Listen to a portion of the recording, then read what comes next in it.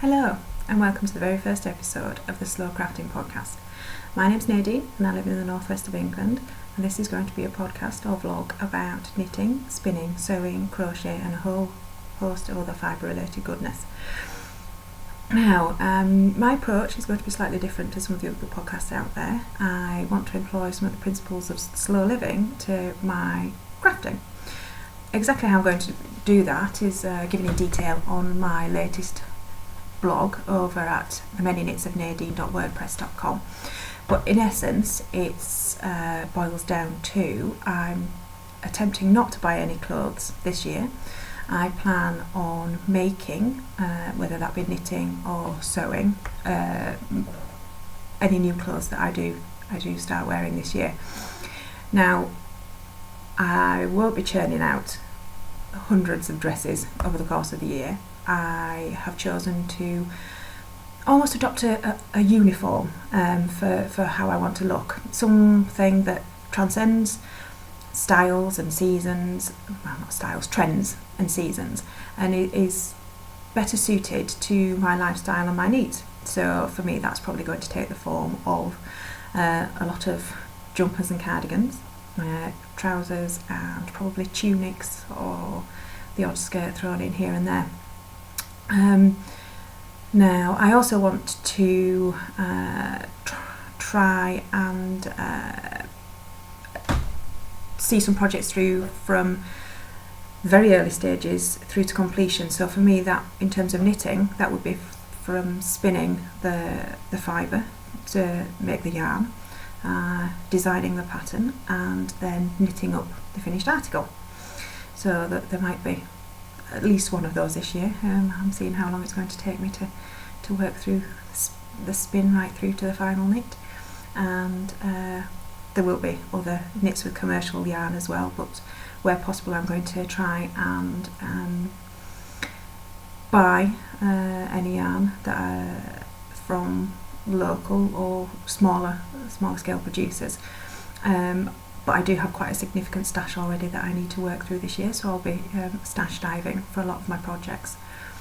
I'm also going to be, as well as knitting and spinning, I'm going to be doing sewing this year. So some of my projects will be relatively quick projects and will be sewn on the sewing machine, but some of my projects will be slower and slightly more mindful in their approach and be hand sewn. We'll get more into that when I talk about what my current projects are. So, places where you can find me.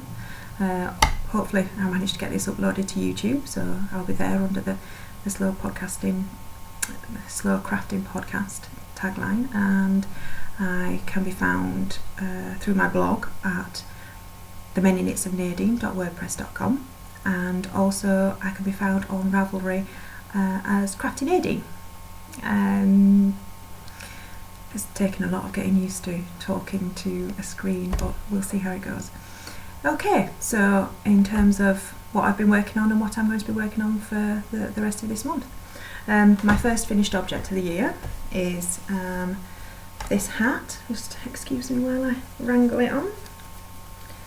Now, I don't know if the colours are coming out true, because like I say, I live in the northwest of England, and true to form, it is absolutely chucking it down today. So we've got artificial lighting rather than natural light, so colours might be a little bit off. But this, full disclosure here, this started off life as a hat that I was knitting my brother for Christmas.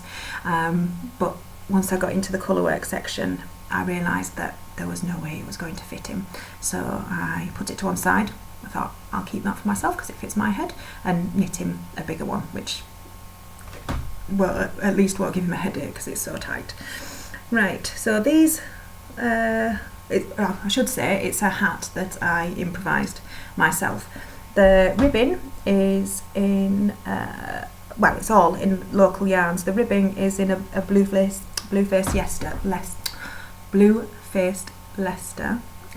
wool from my local yarn store, which is a shop called Woolly Knits, and it's 5 miles from my house, and does a lot of British breed wools and locally spun yarns. Now, as this was out of the bargain bin, it has no ball band, but so I can't tell you exactly what yarn it was, but it was one of their own yarns rather than a commercial yarn. The colourwork pattern is also in some of their yarn, some of their country tweed, and as is the pom-pom. Now I'll leave it on for the rest of the podcast, although it might make me rather sweaty, but it's better that than having crazy hair all over the shop. Yes, I'm very pleased with it. It fits. It definitely needed the pom-pom, just to make it look a bit finished. But my problem with hand knits, particularly because none of this is superwash, it's all sort of soulful stash, single breed yarns and the rest of it, is I'm a little bit wary of actually wearing it out when it's raining, because I don't want to ruin my hat once I've spent all this time knitting it. But I might have to just suck it up and see what happens and hope for the best, because at the end of the day I can always knit another one if this one gets ruined. Okay, so that's the first finished object of the year. On to works in progress. In terms of knitting, I am going to be picking up where I left off just before Christmas, with a cardigan I'd started for myself. It's based on the Saturn cardigan by Hilary Smith Callis from Knit Scene Summer 2013. Now, because it's me, I've had to put a bit of colour work in it. I know everything needs colour work, so you can see, we might be able to see, I'm just past the armholes at the moment, and I'm using, again, local yarn for most of this. It's coming up darker on screen than it actually is. This is not black, it's a very dark brown. It's again, out of the bargain bin at Woolly Knits. It's Hebridean yarn, so I don't know if you can see it's quite rustic in appearance. It's a very, very, very dark chocolate brown, and the sort of beigey coloured wool is some of their 4-ply yarn that they do. It would help if I bought the ball bands. Note to self, be a better podcaster and actually be able to tell people what the things you're knitting are made with. The blue yarn is just some scraps of commercial yarn that I had in stash. I think it's actually Drops Fable Unicolor. Yes, so I'm hoping to get cracked on with that for the rest of this month, and hopefully have it finished by the end of January.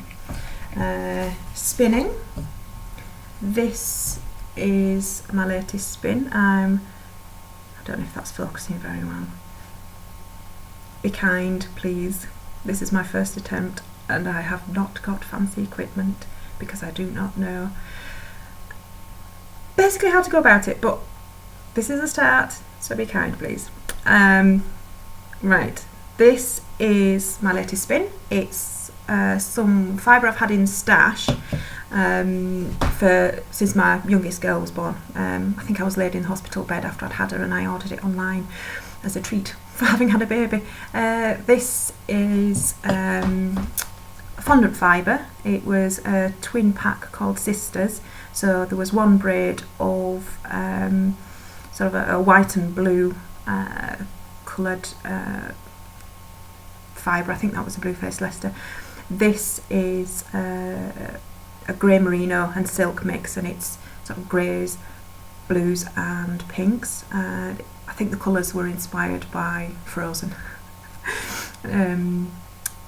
But I've already spun the white and blue yarn up, and I'm part way through the second braid. This is the first 50 grams, so I hope to start on the next 50 grams and get that also spun up by the end of the month, and with a view to knitting the two together into, well, I could say I'd want to knit something so that my daughters both had matching items and had something made out of the Sisters yarn, but I think I'm going to be selfish and knit something for myself with it, because at 3 and 2, much as I love them, I'm not giving them fancy yarn. Anyway, as for sewing, I love this book. I will be making something not for me. I'll be making something for my mum for Christmas, because she's awkward to buy for. I asked her if it was alright if I made her a skirt, because when I got this book for my birthday last year, she absolutely loved it and wanted all the patterns in it. So I said I'd make her the swing skirt. So let me find you the picture. Okay, right, this is the skirt that I'll be making. Essentially it's knee length A-line skirt made of jersey. Oh, I've forgotten the fabric, but I'll show you that next time I record, because not all of it's here. It's going to be a double layered skirt, hand sewn, hand stitched, with some reverse applique on it. As for how that's going to look, we shall work our way through that as the month progresses. I should have said at the beginning, actually, my aim is to release these podcasts or vlogs probably once every 2 weeks. I am limited in the time that I have for recording these, because I have to wait till everybody else is out of the house. So I'm slightly more relaxed to do it. Yes, once every 2 weeks I will try and alternate them with blog posts again at themanyknitsofnadine.wordpress.com. Speaking of the blog, actually, this book, I did quite a comprehensive review on, I didn't actually say what the book was called. It's Alabama Studio Sewing Patterns by Natalie Channing, and it's basically a book of, I don't know if it's all, but certainly a significant number of the patterns released by the Alabama Channing Studio for hand-stitched garments. I did a comprehensive review of it on my blog in August last year, and I think it is under the title Book Review, Alabama Channing or Alabama Studio Sewing Patterns. So if you want to know more about the book or what patterns it covers, you can head on over to the blog and have a look. Right, so we've covered finished objects, plans for the next month, plans for the podcast, and I think that pretty much covers it.